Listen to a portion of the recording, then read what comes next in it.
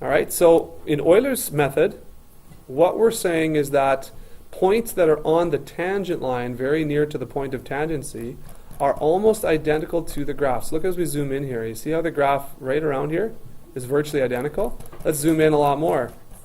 And you see how the graph is diverging here, but the tangent line, it looks pretty much identical. Let's keep zooming in.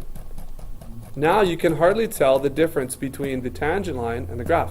But the concept of the tangent line is that this line is not right on top of the graph at all. It's touching only at this point. This is a single point of tangency. But Euler's method says that, hey, if we know what the slope of the tangent line is, and we know the point of tangency, then we can basically assume that points on the tangent line very close to that point of tangency are virtually the same as the point that would be on the graph. Sorry? How close is it? Okay, how close? Well, the closer we get, the closer to this point that we get, the closer the tangent line value would be to the actual graph value, right? At what point is it like? At what point is it same? This point. No, at what point is it just like, okay, you're like too far off? Well, at what point are you like too far off? Well, this is like 1.59. Over here, we're still looking pretty close, right? And this is 1.5901. So what is that? 1/10,000th of a piece off. So that's pretty close. Now let's zoom out and let's see what happens. Where does, look over here on the right or the left, where do the graphs start diverging? Well, okay, we start seeing two different graphs here. So how far is this over here? So 1.59 and 1.61. So we're talking about 2 100ths, right? So that's going to now have some noticeable error.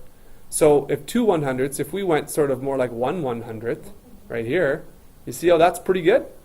So 1 100th is pretty good. 1/10th, not so good. However, you could still do 1/10th. You really could. You just are going to be, where's 1/10th? Going to be, what was this? 1 point, oh my goodness, did I just move that? Oh yeah, I can move this tangent line. Whoa, look at that! Freak me out. That is awesome. Okay, so this is 1.58. So a tenth would be 1.68. Leave the mirror alone. Where's 1 point? Okay, so here's 1.68 right here. See that? So a tenth, we're going to be off a little bit. How much? Off by what? Well, the y value is 1.503. The y value down here is 1.49. So not too much off, but a little bit off. Right? So that's a tenth, right? If you went to 100th, you would be pretty bang on there. Got it? So we're not really debating what the differential in x is, okay? But we know that as we get further away, it starts to vary a little bit. But the point that I'm making is that as you zoom in here, the function and the tangent become nearly one, right? You can't even really tell what's what. Is what is that? It's the function or the tangent? You don't really know, right? Okay, got it? All right. So if we go back to the notes then, that's what I'm talking about. I'm talking about on the tangent line, very close to the point of tangency, they're virtually the same. Okay, so let's continue on here with the explanation. So this is, okay, let me just explore this a little bit further, I guess. I'm not ready for that note here yet. Okay. Now, watch this very carefully. All right? So if we have this initial condition here, let's make it in yellow, this initial condition right here, and I want to find out what's the next point, or what's another point on the tangent line here. Okay? You have to remember that the slope of the tangent line is what? D what? dy over dx. Okay, that is the derivative, right? And what is slope made of? Slope is made of rise over run. That is the change in y over the change in x. See that? And so that's what it's made from. So if I wanted to go from, now watch very carefully, from this point here, y1 to y2, right? I would basically take what and multiply by what? Right here. You saw that? Good. Okay, so if I wanted to find the difference, the change in y, because dy over dx comes from the change in y over the change in x. And so if I wanted to solve for this, this is what I would do. Move this up there, and this is what I would have. So I need to take the derivative evaluated at that point and multiply it by some differential in x or some small change in x. We said that 100th is really, really small. A 10th, start to get some error there. But this is how we do it. We start to piece together. We start to put points. Now, what happens after we put the first point on? See the first point here? Now what we do is we take a look at, there's going to be a different tangent line at this point, and it's going to mimic whatever the real graph is. And so now what we do is we take this point and we do the same thing, and we put another point up here. So I've got, this is my first point, this is my second point, this is my third point. And then I take yet another tangent line that's a little bit different, and now I use that one to place a fourth point. You see that? And so by doing this, you have all of these tangent lines, and you keep placing points. There places this one places that one places this one, move on. And you get all these points that start to mimic whatever the actual graph may have been. And so the actual graph may look like this, right? But you see how they're pretty close. Using only tangent lines, knowing nothing about the original function. Now what you will need to know using Euler's method is the differential equation, or what the derivative looks like.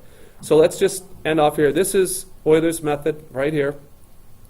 And so this is what it basically is.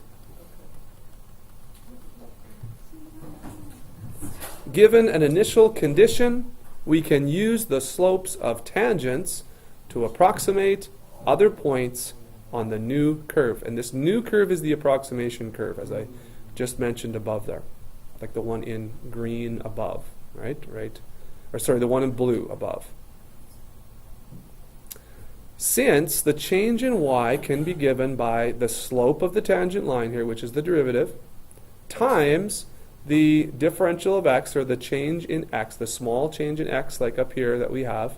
So we go from this point to the next y value, that's the differential, change in x. Since this change in y, the next point generated will look like this, and this is super important here. We need to keep doing this over and over and over. That's Euler's method, over and over and over, to generate points that would mimic the graph. And so what we do is we take our original point. Let me zoom in on this for you. We take our original point, y1, okay? Whether that's initial or whether that's just the one we start with. I'm sorry, this is what y0, why not? Sorry, that's the original point, y original, let's say. To get the next point, we take the original one and then we add the change in y. And this is how we find the change in y. So we take our original point, which is right here, apologize, plus the change in y, which is given by the slope of the tangent line at that point x, y, and multiply it by the differential in x, whatever it is that we choose, and this is often arbitrary. Okay, so how far do you want your points to be? If you gotta, if you want to make a section of curve and you choose a delta x here of 100th, because that's a really good approximation. To go 1 unit, you're going to have to do this 100 times. So you might want to choose something a little less than 100th. You might want to choose a 10th, and then you could just do this 10 times. Now, it's not going to be as good an approximation, but do you hear what I'm saying? Yeah. So I'm going to do an example for you here. I'll do an example here right away, but that is basically Euler's method, and here is the little bio on Euler there, and so on. So we're going to generate points that approximate a function using only the derivative and some starting value or initial condition.